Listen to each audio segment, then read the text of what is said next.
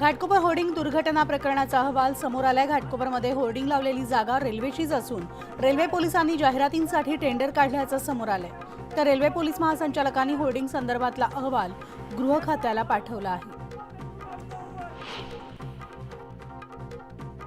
Tender प्रक्रियेनुसार बोली लावून जागा इगो मीडिया कंपनीला दिली आणि दुरुस्तीची जबाबदारी इगो मीडिया कंपनीची होती असं घाटकोपर होर्डिंग संदर्भातल्या अहवालात नमूद करण्यात आलंय। परवानगी देताना अटी शर्ती ठेवूनच परवानगी देण्यात आल्याचं अहवालातून स्पष्ट झालंय।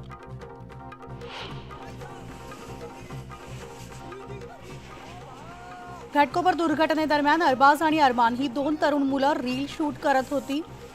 तर रील शूट करत असताना अपघाताची संपूर्ण थरारक घटना व्हिडिओमध्ये कैद झाली आहे। न्यूज 18 लोकमतच्या हाती थरारक व्हिडिओ लागला आणि या दुर्घटनेमधून अरबाज आणि अरमान सुदैवानं बचावले।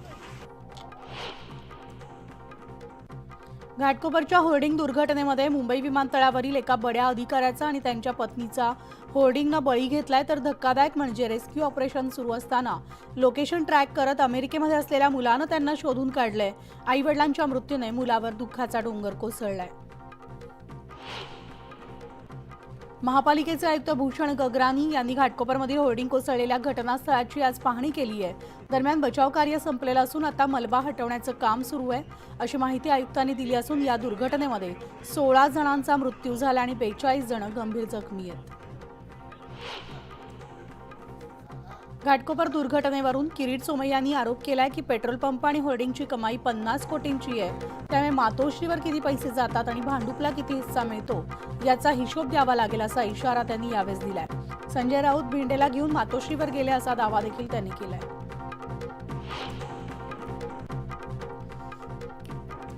मोदी गुजरातचे मुख्यमंत्री होते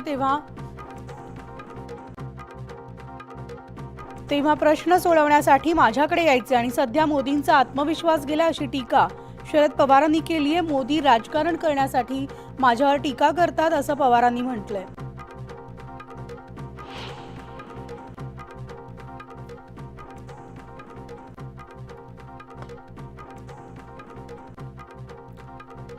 मोदींनी गुजराती परिसरातच रोड शो केलाय। मुंबईमधील इतर भागात का गेले नाहीत असा सवाल शरद पवारांनी केलाय। रस्ते बंद करून रोड शो करणं योग्य नाही असं म्हणत शरद पवारांनी पंतप्रधान मोदींवर निशाणा साधलाय।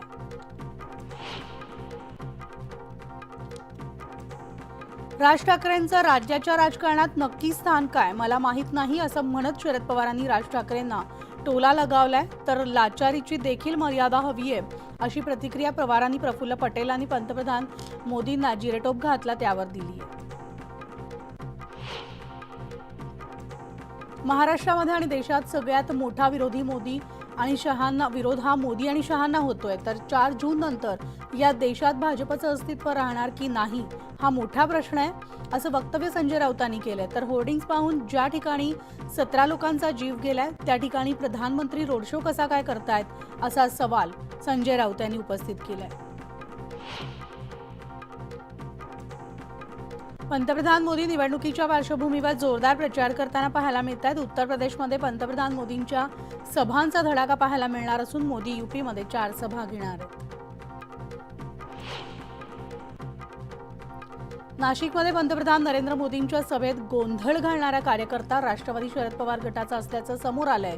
तर किरण सानप असं गोंधळ घालणाऱ्या कार्यकर्त्याचं नाव असून तो शरद पवार गटाचा IT सेलचा पदाधिकारी आहे। पिंपळगाव येथील बाजार समितीमधील गेटवर शरद पवारांचं नाव होतं। त्या ठिकाणी मोदींची सभा झाली त्यावेळेस गेटवरील शरद पवारांच्या नावावर कापड लावण्यात आलं होतं। आचारसंहितेमुळे नाव झाकल्याचा दावा आयोजकांनी केला मात्र शरद पवारांच्या समर्थकांनी घोषणाबाजी करताच ते कापड काढण्यात आले।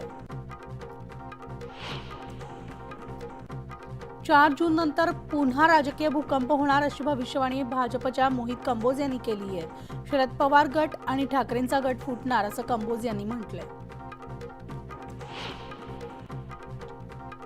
नाशिकमध्ये आज महायुती जोरदार शक्ती प्रदर्शन करणार असून महायुतीचे उमेदवार हेमंत गोडसे आणि भारती पवार यांच्या प्रचारासाठी नाशिकमध्ये मुख्यमंत्री एकनाथ शिंदेंचा रोड शो होणार आहे। मनमाडमध्ये आज सभांचा धडाका पाहायला मिळणार आहे। महायुती आणि मवियाच्या उमेदवारांसाठी शरद पवार आणि देवेंद्र फडणवीस मैदानात उतरलेत। दोन्ही नेत्यांची आज जाहीर सभा होणार आहे। फडणवीस आणि पवारांची तोफ कुणावर धडाडणार याकडे सुद्धा सगळ्यांचं लक्ष लागलंय। महायुतीचे उमेदवार राहुल शेवाळे यांच्या प्रचारासाठी आता नारायण राणे मैदानात उतरलेत। जुन्या सहकार्याचा प्रचार करण्यासाठी वडाळ्यामध्ये नारायण राणेंची जाहीर सभा होणार आहे। तर यावेळेस नारायण राणे कुणावर निशाणा साधतायत याकडे सुद्धा सगळ्यांचंच लक्ष लागलंय। पंतप्रधान मोदींच्या रोड शोवरील टीकेनंतर शिवसेना राज्य प्रवक्त्या ज्योती वाघमारे यांनी विरोधकांवर निशाणा साधलाय। जनतेचे प्रश्न सोडवण्यासाठी जनतेतच यावं लागतं, घरात बसून चालत नाही असं म्हणत त्यांनी विरोधकांवर हल्लाबोल केलाय। तर हायकोर्टानं दिलेल्या स्थगितीनंतर शालेय शिक्षण विभाग आता खासगी शाळांची सुधारित यादी जाहीर करणार आहे आणि त्यानुसार आरटीईची प्रवेश प्रक्रिया उद्यापासून सुरू होणार आहे। त्यामुळे अंदाजे लाखभर गोरगरीब विद्यार्थी मोफत प्रवेश घेऊ शकणार आहेत।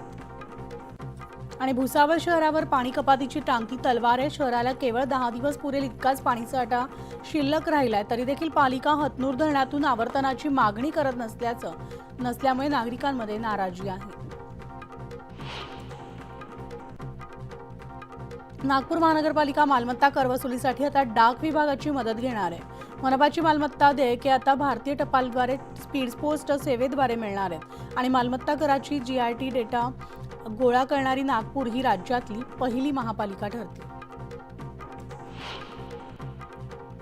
पुण्यामधील अनधिकृत होर्डिंग हटवण्याचं काम सुरू झालंय। घाटकोपरमधील दुर्घटनेनंतर महापालिकेला जाग आली आहे। पुण्यामध्ये तब्बल 86 होर्डिंग्स अनधिकृत असून 349 होर्डिंगचं स्ट्रक्चरल ऑडिट न झाल्याची धक्कादायक माहिती समोर आली आहे। दरम्यान येत्या 2 दिवसात अहवाल सादर करून 7 दिवसात अनधिकृत होर्डिंग हटवण्याचे आदेश पुणे महापालिका आयुक्त राजेंद्र भोसरे यांनी दिलेत।